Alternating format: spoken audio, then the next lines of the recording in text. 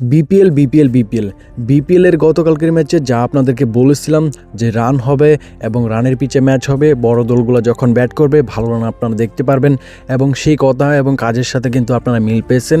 কালকে কিন্তু বিপিএলে মোটামুটি ভালোই রান হয়েছে এবং এখানে সকলেই কিন্তু ভালো প্রফিট করেছেন। তো আজকের বিপিএলে কি হতে পারে, কত রান হবে, মাঠের কি অবস্থা, তার পাশাপাশি দুটো টিমের শক্তি, প্লেইং 11 এভরিথিং কিন্তু এই ভিডিওতে তুলে ধরবো। তো আজকে আমরা বিপিএল এর 10তম ম্যাচের ফুল অ্যানালাইসিস এবং প্রিভিউ করব।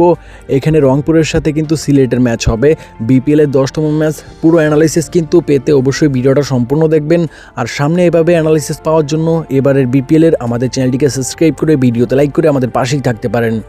আজকের ম্যাচটিও কিন্তু সিলেট মাঠে হবে। তো সিলেট মাঠে কিন্তু এখন পর্যন্ত আপনার 8টি ম্যাচ হয়েছে। 8টি ম্যাচের মধ্যে দেখা গেছে সেকেন্ড ব্যাটের যে উইন চান্সটা সেটা বেশি, যারা সেকেন্ড ব্যাট করতেছে তারাই বেশি উইন করতেছে। তো টস উইন করে এখানে যে কোনো টিম চাইবে বল নিতে। এখানে সেকেন্ড ব্যাট কিন্তু সিলেট মাঠে ফেভারিট, গতবার বিপিএলও ছিল, এবারও কিন্তু ব্যতিক্রম না, সেকেন্ড ব্যাটটাই বেশি উইন করতেছে। তো এখানে যদি আমরা দেখি রানটা কিন্তু যায়, এখানে সিলেট আগে ব্যাট করে তাহলে কিন্তু 140 থেকে 45 রান প্লাস হয়ে যাবে আশা করাই যায়। প্রথমার্ধে টার্গেট একটু বেশি থাকতে পারে, যখন নিচে নামবে তখন আপনি মারতে পারেন চাইলে। এবং এখানে স্পিন বল কিন্তু ভালো হবে ফেস বোলারদের তুলনায়। তবে ফেস বোলার যে খারাপ করবে এরকম কিন্তু নয়, স্পিন বলারের চাহিদা এই ম্যাচের মধ্যে আমার কাছে মনে হয় একটু বেশি থাকবে।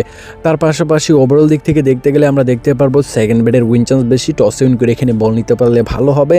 তার পাশাপাশি যেহেতু আজকে দুটি টিমই খুবই ভালো, বিশেষ করে রংপুর কিন্তু অনেকটা এগিয়ে, তো রংপুর আগে ব্যাট করলে রানটা একটু বেশি হবে এবং এখানে সিলেট আগে ব্যাট করলে রানটা একটু তার তুলনায় রংপুরের তুলনায় একটু কম হবে।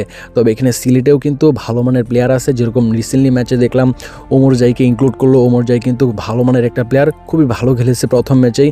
এবং এইখানে কিন্তু মঈন আলীও কিন্তু অ্যাড হতে পারে কিছুদিনের মধ্যে।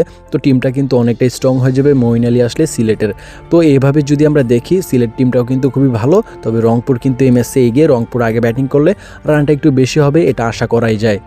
দুই টিমের এখানে একাদশ দেখবো এবং কোন দলের একাদশটা বেশি শক্তিশালী এবং কোন দল প্লেয়ারের দিক থেকে এগিয়ে সম্পূর্ণ আমরা অ্যানালাইসিস করব। তো প্রথমেই সম্ভাব্য একাদশটা এখানে সিলেটেরটা আমরা দেখে নিই। তো সিলেটে কিন্তু সেম আইয়ুব, এখানে কিন্তু আপনি পাকিস্তানি প্লেয়ার, তাকে ভালো করে চেনেন এবং সে কিন্তু পাওয়ার প্লেটা খুবই ভালো খেলে থাকে এবং রিসেন্টলি এবার বিপিএলে তেমন ভালো করতে পারে নাই।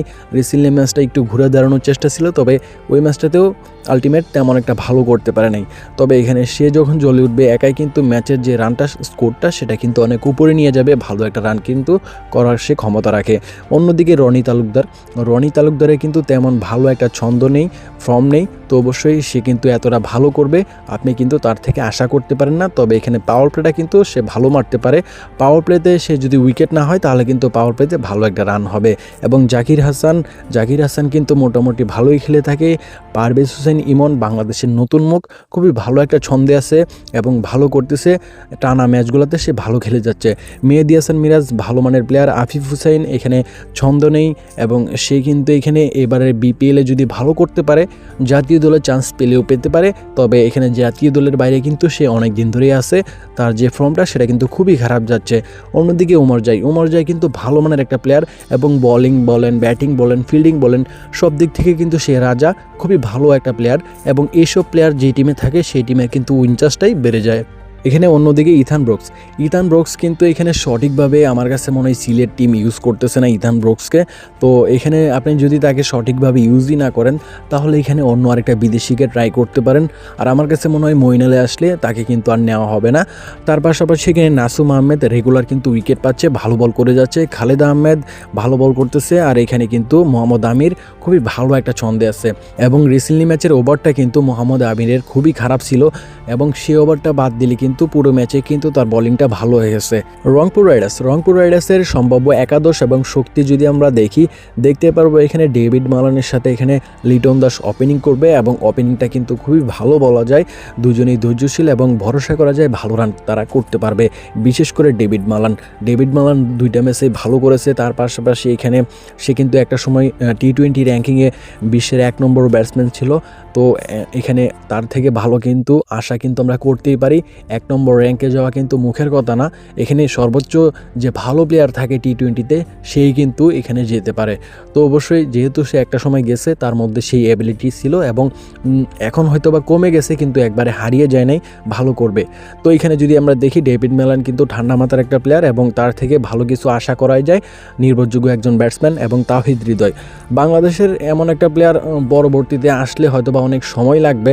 তাওহিদ হৃদয় হচ্ছে যে এরকম একটা ব্যাটসম্যান, তার থেকে আপনি প্রত্যেকটা বলে রান আশা করতে পারেন। সে এখানে সিঙ্গেল বাউন্ডারি কোনো বলই সে ডট খেলে না ওইরকমভাবে, রেগুলার কিন্তু সব দিক থেকেই সে মারতে পারে। অন্যদিকে কাইল মাইয়ার্স একদম হার্ড হিটার একটা প্লেয়ার এবং যে কোনো ম্যাচকে ঘুরিয়ে দিতে পারে। মাহমুদুল্লাহ রিয়াদ, তাকে কিন্তু সাইলেন্ট কিলার বলা হয় এবং আমাদের বাংলাদেশ ক্রিকেটে কিন্তু পরিচিত একজন মুখ। সে কি করতে পারে আমরা সকলেই কিন্তু ভালো করে জানি এবং খুশদিল শাহ বিপিএলে কিন্তু বরাবরই ভালো করে থাকে। নুরুল হাসান সোহান এখানে ক্যাপ্টেন্সিতে কিন্তু রংপুরের জন্য আমার কাছে মনে হয় সেরা। সে কিন্তু ভালো ক্যাপ্টেন্সি করে থাকে, সেজন্যই কিন্তু এখানে মাহমুদুল্লাহকে রেখে লিটন দাসকে রেখে এখানে কিন্তু আপনার হচ্ছে নুরুল হাসান সোহানকে ক্যাপ্টেন্সি করা হয়েছে। কারণ রংপুরের জন্য নুরুল হাসান সোহান কিন্তু ক্যাপ্টেন্সিতে অনেক ভালো এবং ভালো করেছে রংপুর টিমের হয়ে। তার পাশাপাশি ফাহিম আশরাফ, বিপিএলে কিন্তু তার বলটা কিন্তু ব্যাটিং করাটা একটু মুশকিল, তবে রিসেন্টলি ম্যাচে দেখলাম এখানে শাহিজাদা ফারহান কিন্তু তাকে ভালো ব্যাটিং করেছে। তবে বাংলাদেশি প্লেয়াররা কিন্তু ফাহিম আশরাফকে ব্যাটিং করে ভালো রান স্কোর করা কিন্তু একটু মুশকিল, সে কিন্তু ভালো মানের বোলিং করে থাকে। আলিস আল ইসলাম বাংলাদেশের মিস্ট্রি স্পিনার এবং সে রেগুলারলি কিন্তু ভালো বল করে যাচ্ছে। মুস্তাফিজুর রহমান আমরা জানি সে কতটা ভালো। অন্যদিকে নাহিদ রানা কিন্তু তেমন একটা ছন্দে নেই, আমার কাছে মনে হয় তাকে বসিয়ে এখানে অন্য আরেকটা বলারকে সুযোগ দেওয়া উচিত। তো এখানে যদি দেখি এই দলের কিন্তু আপনার ওপেনিং বলেন, মিডল অর্ডার বলেন, ফিনিশার বলেন এবং ফেস ইউনিট বলেন, স্পিনার বলেন, সব দিক থেকে কিন্তু এখানে সিলেট থেকে এগিয়ে এবং এই ম্যাচের মধ্যে ফেভারিট থাকবে। অনলাইন যে রেটটা সেই দিকেও পার্সেন্টেজ তাদের অনেক বেশি